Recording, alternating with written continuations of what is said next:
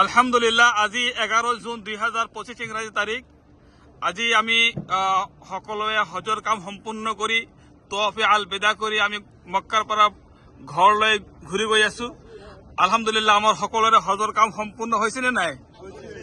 আপোনালোকে সুস্বাস্থ্য হজ কৰিব পাৰিছে নে নাই?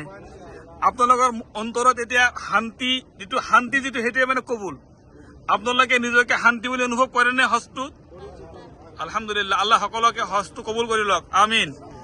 আল্লাহ আমাক সকলোকে সুস্বাস্থ্য ৰাখিছে আৰু তেওঁৰ পবিত্ৰ কাম ফৰজ হজ কৰা তৌফিক দিছে। বিনা কোনো ধৰণৰ আপত্তি ওজৰ আপত্তি নোহোৱাকৈ, কোনো ধৰণৰ সুন্নত ৱাজিব আৰু ফৰজৰ ঘাটতি নোহোৱাকৈ আমি হজ কৰিব পাৰিছো। আলহামদুলিল্লাহ, আল্লাহ সকলোৰে হজ কবুল কৰক, আমিন। ইনশাআল্লাহ আমি অহাকালি অৰ্থাৎ 12 তাৰিখ 12 জুন ৰাতি 11টাত গৈ আমি ক'ত পাম? গুৱাহাটী বৰঝাৰ বিমানবন্দৰ পাম। আমি সকলোৰে পৰা দোৱা বিচাৰিছো আল্লাহ সুবহানাহু ওয়া তাআলা যাতে আমাক সকলোকে সহি সালামত আমাৰ মক্কাৰ পৰা ঘৰলৈ পৌঁছাই দিয়ে। আমিও দোৱা কৰিম যাতে আল্লাহ সুবহানাহু ওয়া তাআলা বিশ্বত শান্তি প্ৰতিষ্ঠা কৰে। আমাৰ হজৰ জৰিয়তে যাতে আল্লাহ পৃথিৱীত সকলো শান্তি প্ৰতিষ্ঠা কৰে, বিশেষকৈ ভাৰতবৰ্ষত আৰু অসমত শান্তি প্ৰতিষ্ঠিত হয়, আমিন। আসসালাম।